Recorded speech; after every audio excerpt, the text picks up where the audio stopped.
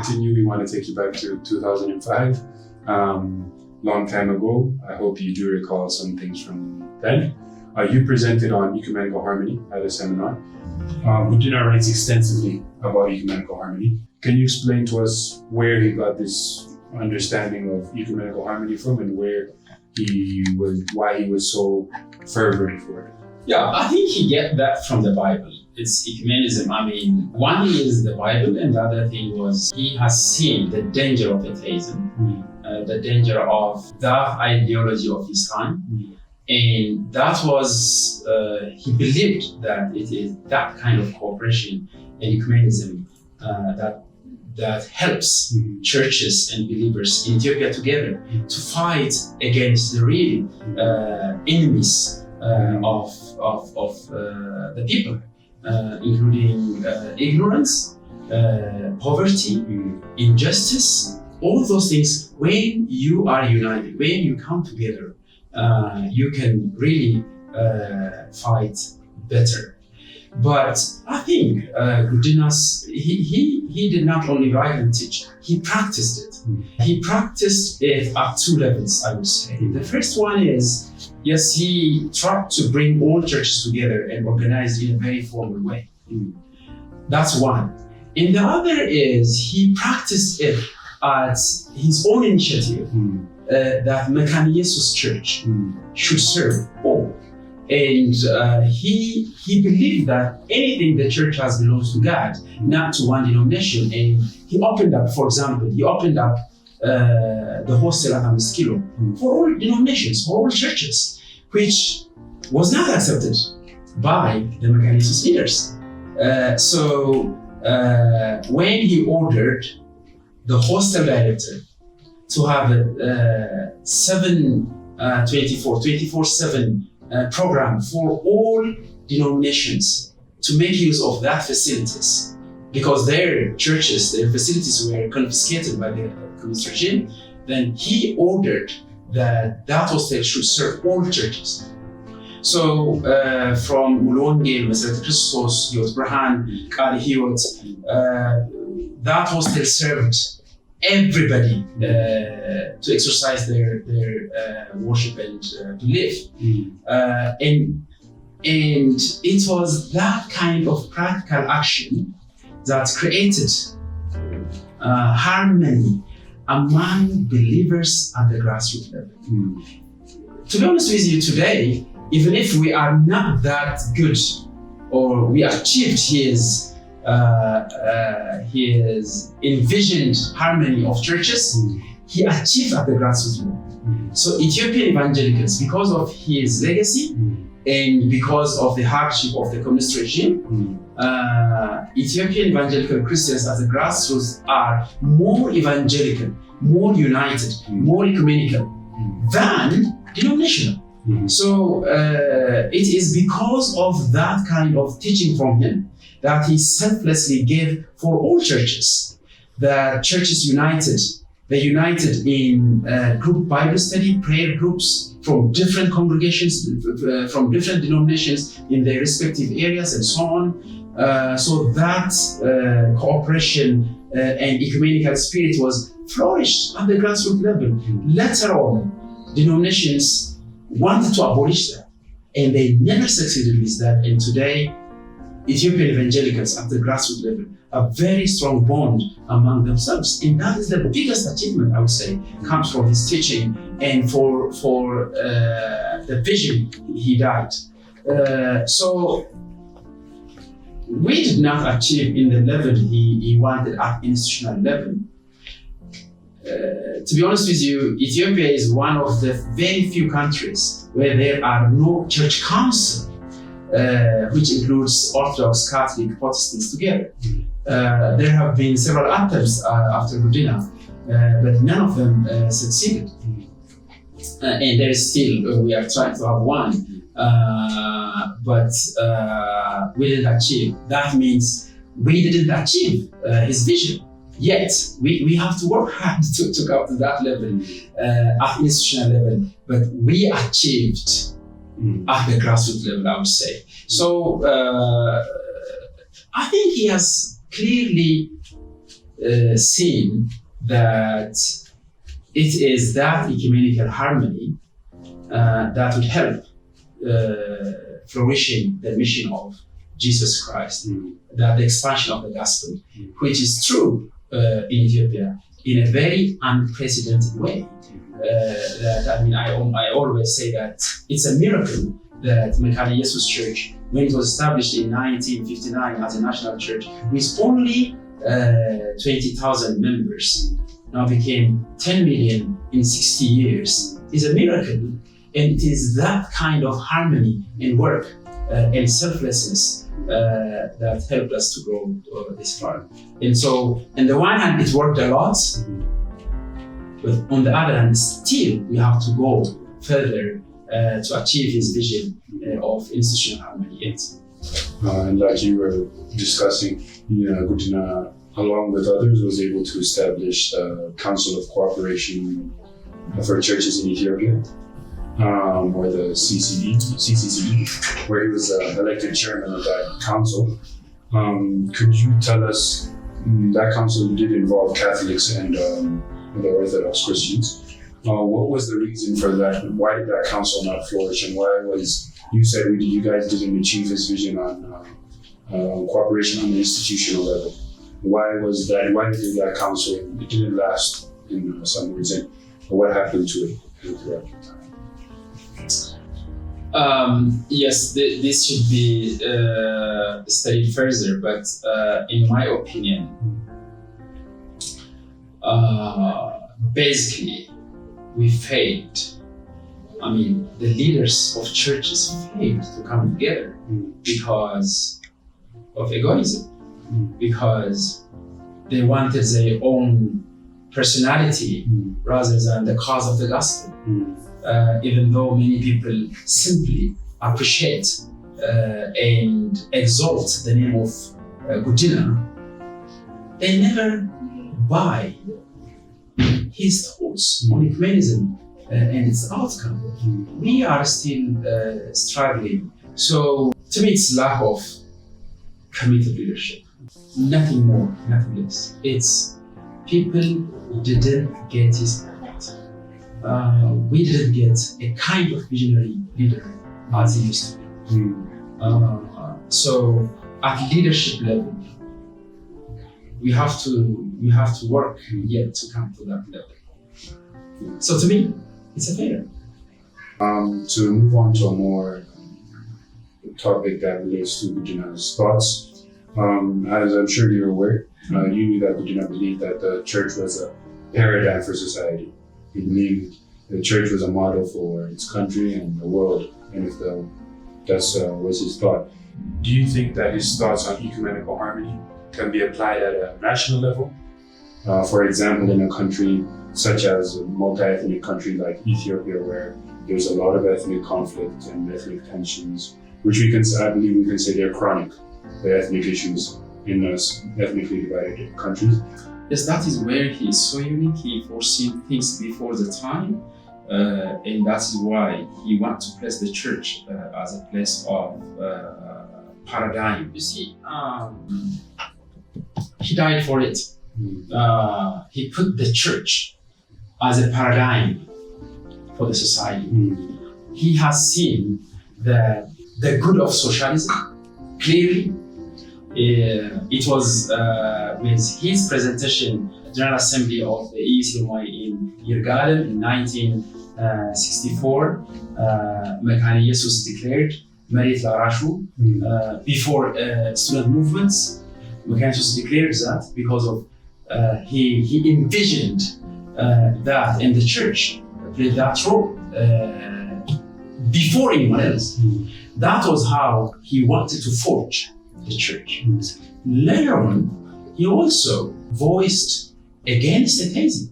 So he brought churches to be together, to cooperate against. He has seen the danger of atheism already. He has seen the problem of feudalism, that the farmers do not have land. He has seen that in the church voice, one. And then when it comes to socialism, he has seen the danger of atheism. So he has been before the time.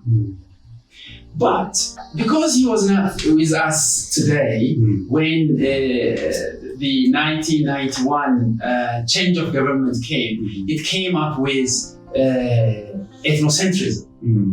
I would say the failure of the church against his perspective was just the church simply clapped with the change without discussing and looking into the danger that would bring to both the church and the society.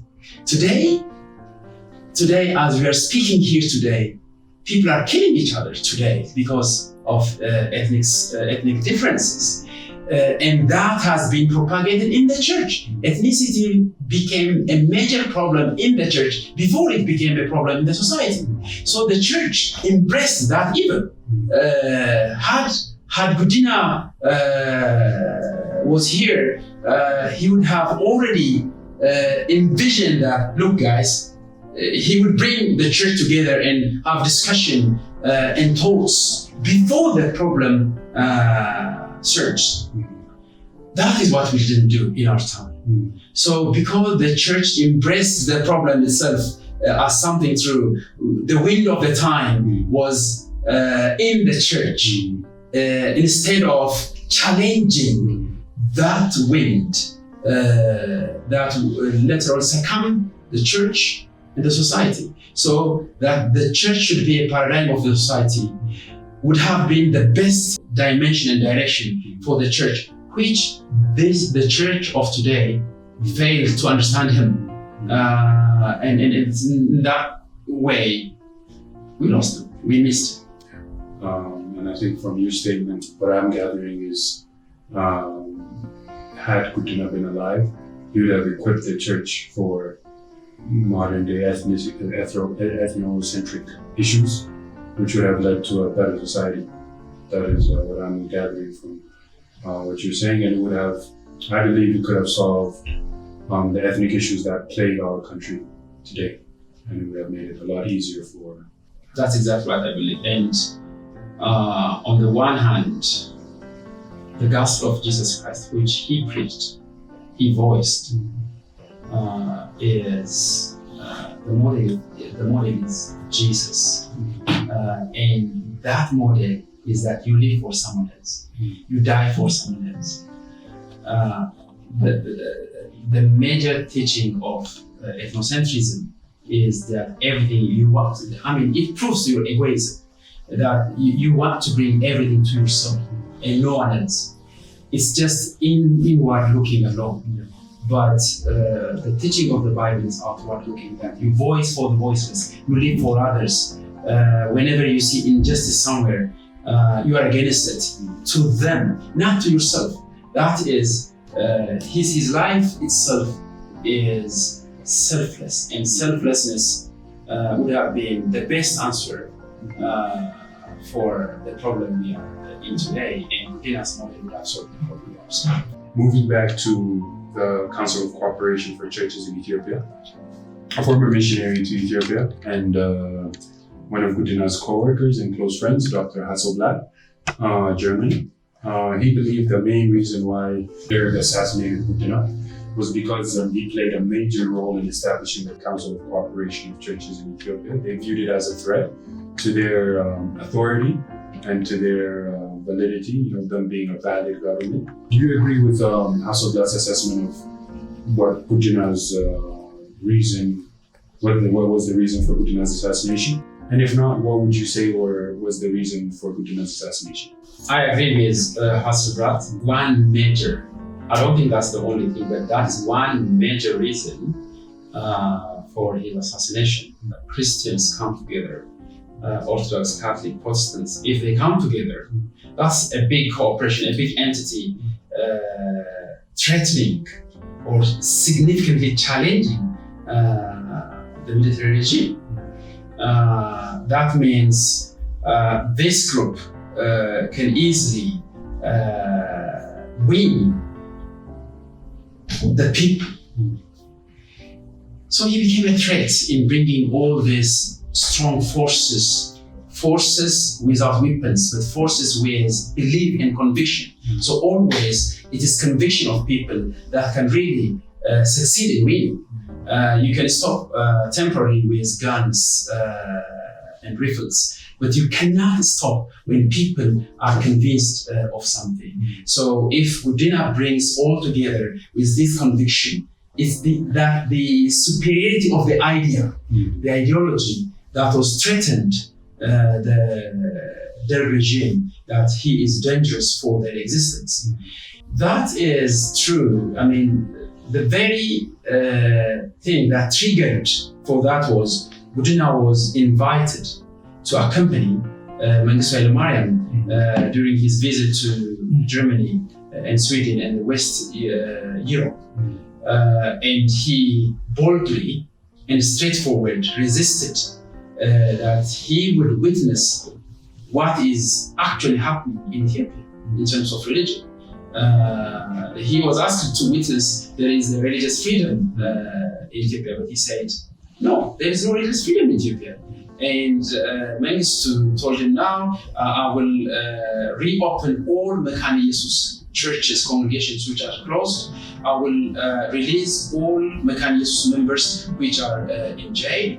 But Gudina said, no, I want all churches, irrespective of the denomination, all churches should be opened.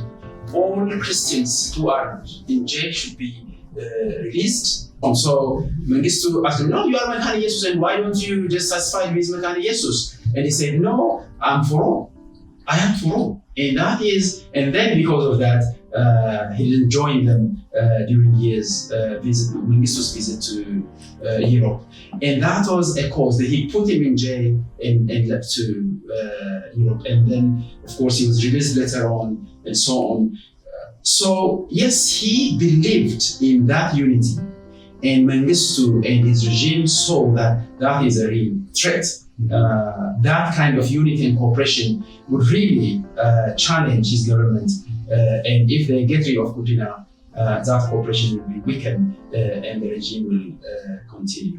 And I believe basically that was the reason for his death. Of course, even if that is true, Gudina went to the extent of selflessness that he became a model for others to die for the cause of it.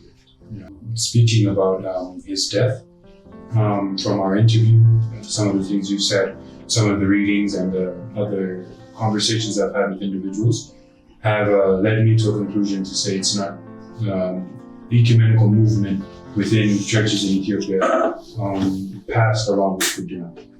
I mean, I've read and heard that since his death, the EECMY split into two.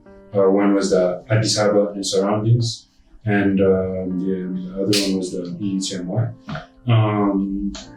So what happened to that ecumenical movement at that time? That just wasn't holding one church together, but was involving different evangelical, Catholics, or Ethiopian Orthodox churches. What happened to that movement? And do you think that the writings that Gudina has left us, do you think that they could be a basis for the churches today to, of course, repent and work together and build a new ecumenical harmony and movement that can better the church and better society? I believe that the church failed from his vision, and the division of Mekane Jesus is a proof of that. I'm sure had he been alive there as a leader, I can assure you Mekane Jesus would not have that division. In fact, those kind of ethnic tensions at some point, they were there by the time of Gudina. And the way he resolved them as a leader is a special model that he strongly voiced that the church belongs to all. If the church belongs to all, then the leadership also should be mixed. That's what he said. And even in one election, he challenged the Oromo people, if we want Mekane Jesus to be the church in Ethiopia, we should include this and this and this. And because of his suggestion, he strongly challenged them. Even if you have more votes, you have to vote for someone else, not for one person.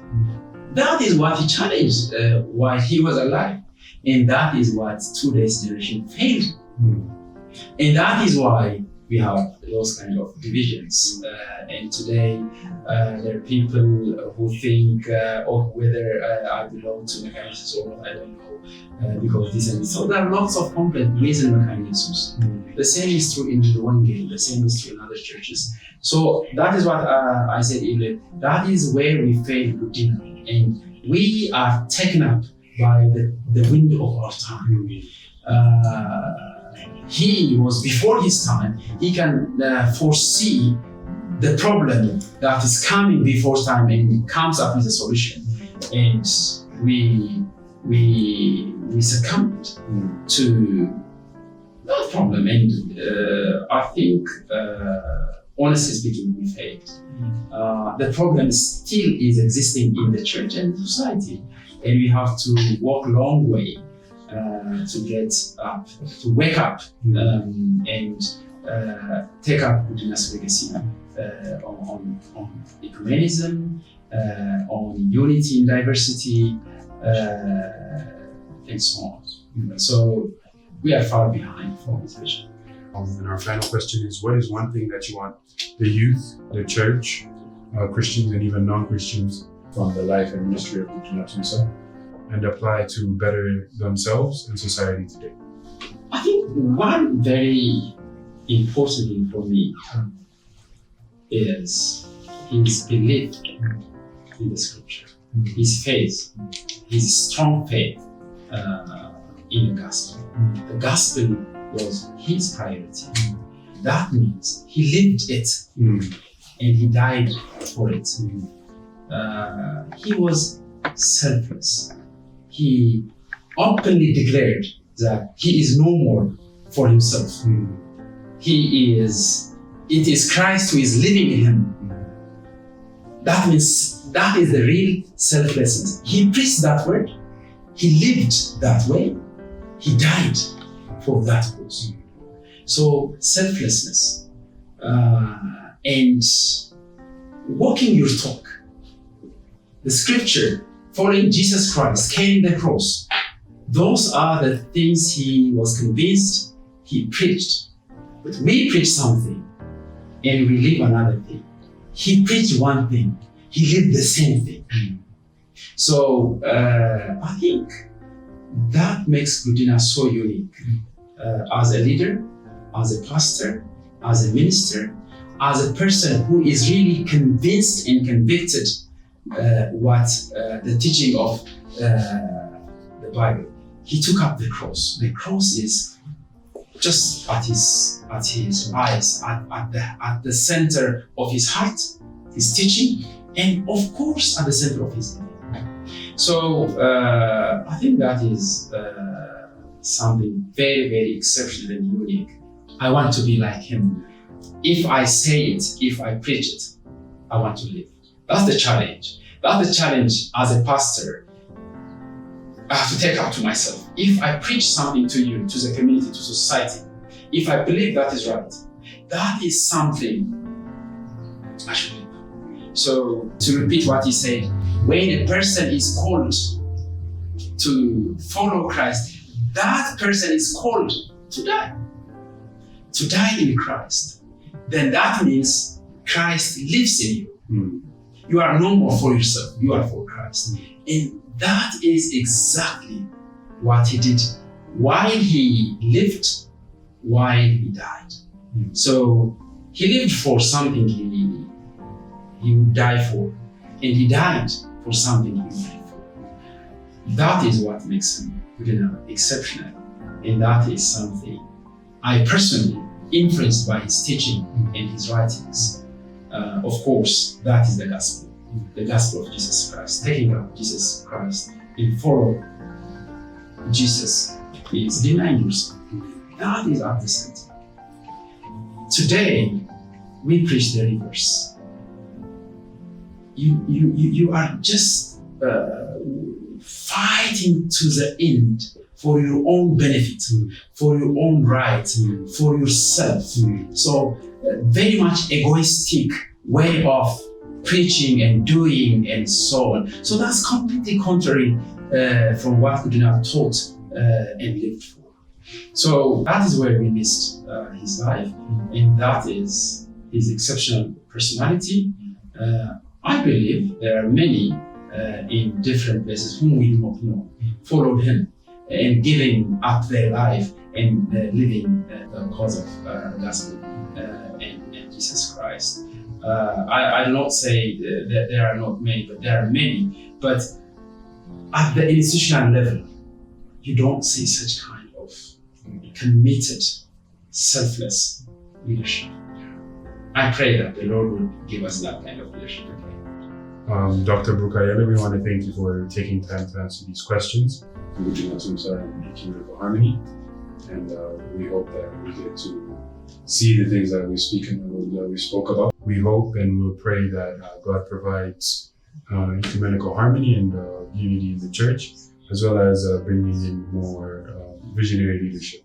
Thank you very much for having me. I'm very happy to see you, both in thought and physical stature. You look like Gudina, and maybe you are the new Gudina Tumsa, the second. I would say, and I pray that you also shine in your own way as the Lord leads you. May the Lord bless you, your ministry, and your future. Thank you very much. Thank you.